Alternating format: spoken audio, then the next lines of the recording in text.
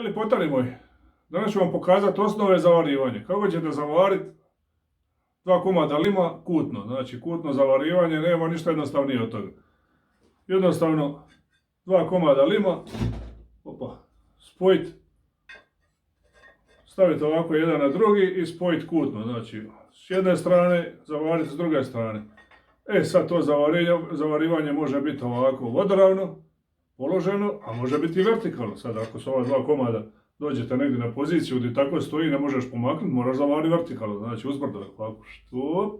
Isto tako i s druge strane, a može biti naglavno, može i ovako staviti, pa moraš to variti naglavno.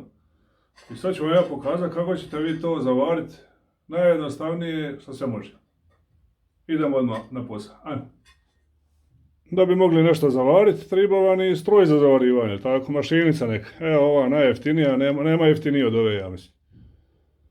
I najjednostavnija. Imate tu jedno kolo za smanjiti, za pojačati struju, amperažu. Tu se pali, gasi i doli kad vrtite ovo kolo namještate amperažu. Amperaža zavisi od elektrode, znači od 1,6 elektroda do 2,5. 3,25 ne može jer to je slaba mašina za te elektrode. A pošto ćemo mi sad raditi sa ovom elektrodom od 2,5 mm, koju možete kupiti u bilo kojoj željezari, samo pitajte elektrode normalne za željezo i daće vam ovako jednu elektrodu i možete zavarivati sve živo sa njom. Kod kuće, samo željezo, ne možete aluminij, šta ja znam, i legure. I za tu elektrodu od 2,5 mm je predviđena amperaža, šta kaže, od 80 do 100 ampera. Zavisi od pozicije. I sad recimo ako ćemo variti vodoravno, položeno, onda nam treba malo jača struja, ili treba malo penetrirati u materijal. A ako ćemo zavarivati nekakav spoj, evo recimo i spoj, ako ćemo zavarivati ovaj spoj, ako ćemo sad variti ovaj dio tu, onda nam treba malo slabija struja, da ne progori, jel? Ili ako ćemo zavarivati ovako vertikalno, ako stoji ovo kutno, znači ovako, u vertikali ili malo nagnuto, sve zavisi kako vam je položaj, tako trebate namješati struju, ali u prosjeku struja je od 80 do 100 ampera za ovu elektrodu od 2,5 mm.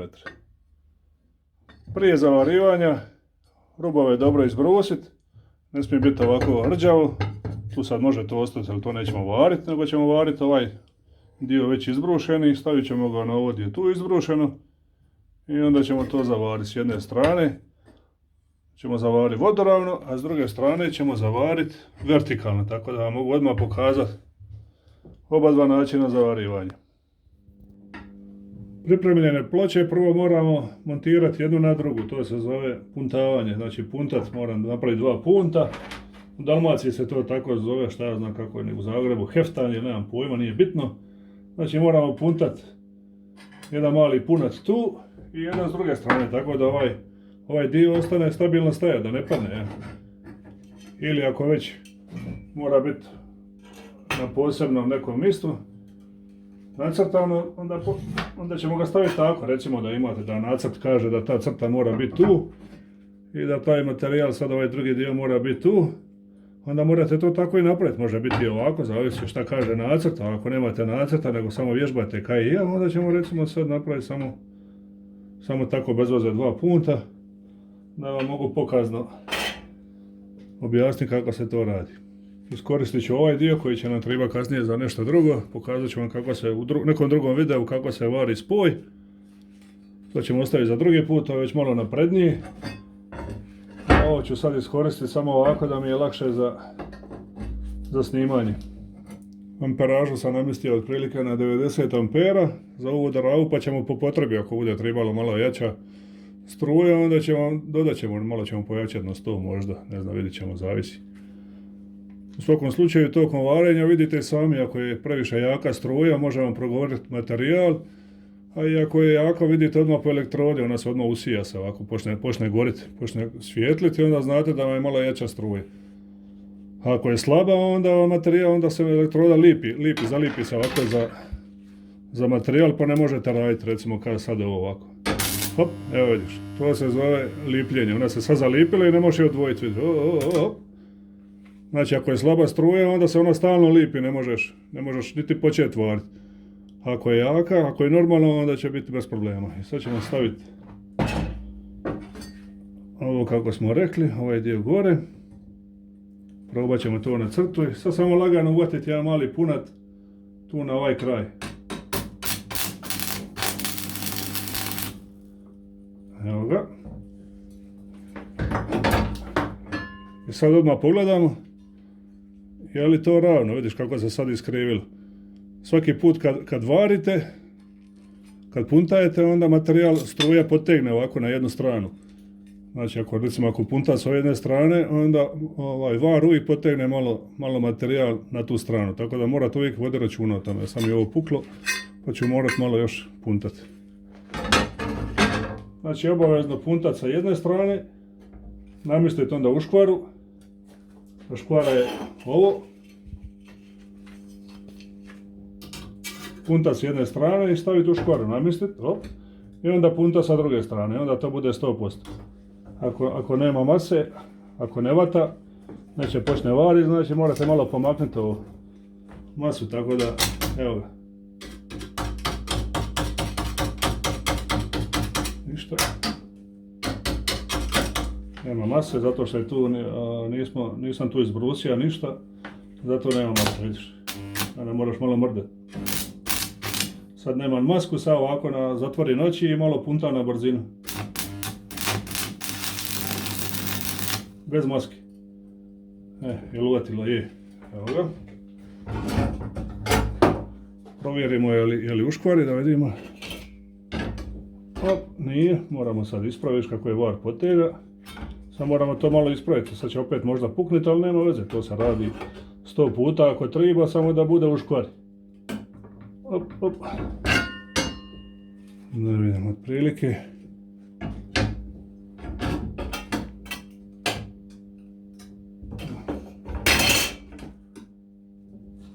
Ne bi htio da me opet pukne pa da moram opet se zafrkavati, ali evo otprilike to je sad uškvari skoro. A nije ni bitno jer ovo nigdje ne ide na izložbu. Evo, i sad je ovo uškvari i kako sam punta s jedne strane, sad ćemo iz druge. Ako ne pukne. Sad mogu koristiti masku, vidiš, sad mogu držati masku ili je staviti na glavu.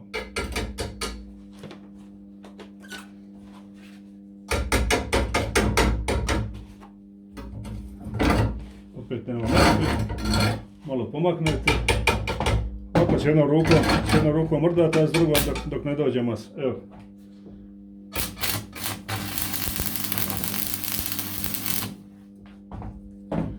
I sad smo taj materijal tvrdo učvrstili, samo možemo od njega raditi što nas je volje. Samo možemo raditi,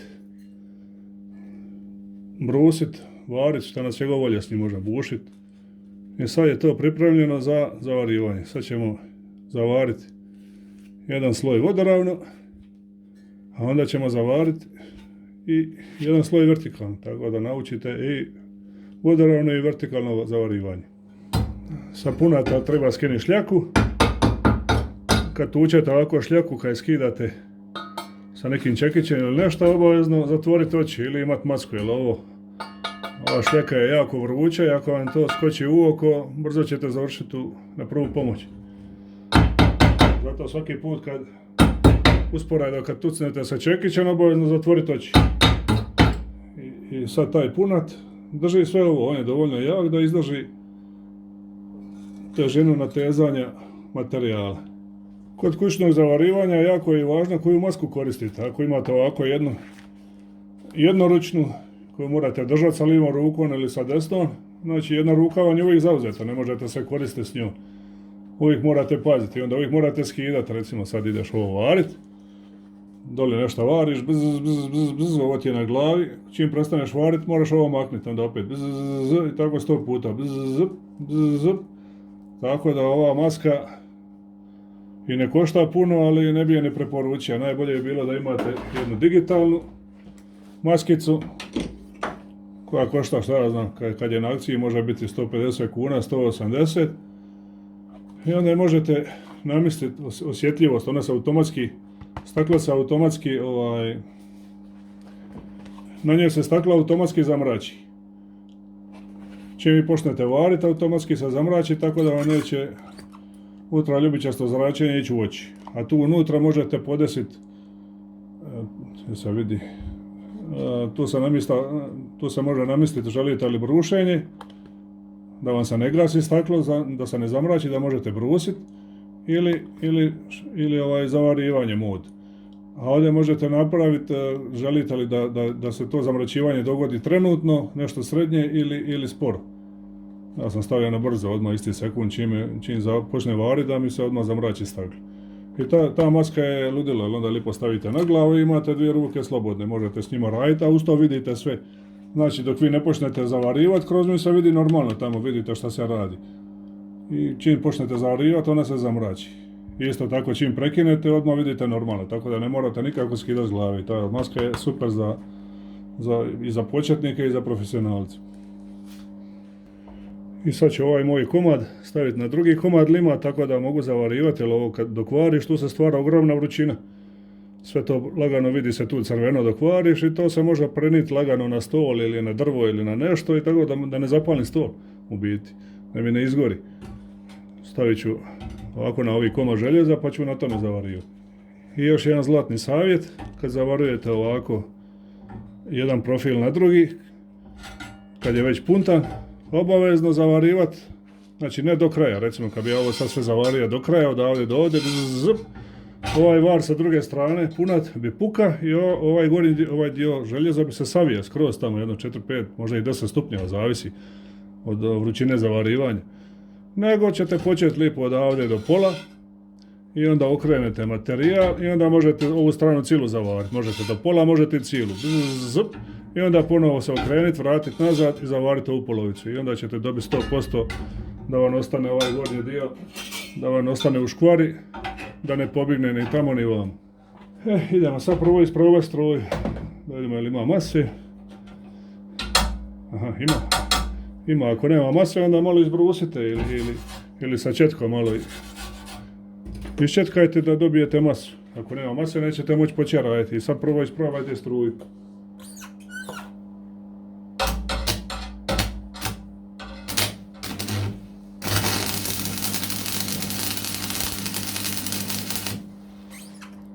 Čini mi se dobro, ali ja ću još malo pojačati, bolje da je malo jače. 1, 2, 3, evo ga.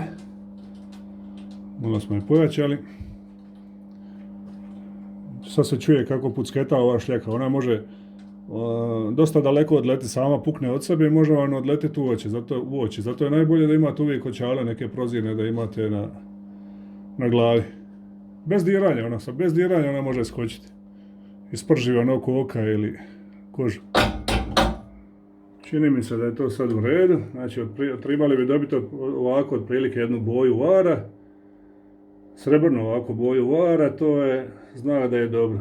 I ove gusjenice na varu, da su otprilike istoga razmaka, i to znači, to bi trebala biti dobra gusjenica, dobar znak da je to var ok. Idemo probati još jedan put struju. Počnete samo ovako, potegnete elektrodu.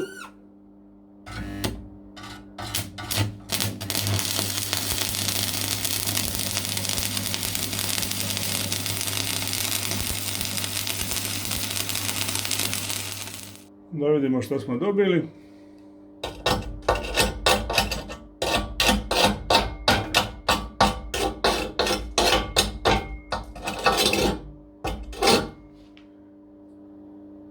To je otprilike dobar var. I sad idemo na naš materijal, sad ćemo njega zavariti. Kako sam vam objasnio, elektrodu držite pod jedno 40-45 stupnjeva i lagano vucite. Ravnomjerno, znači nemojte raditi neke pokrete, niti ovo, ni ovo.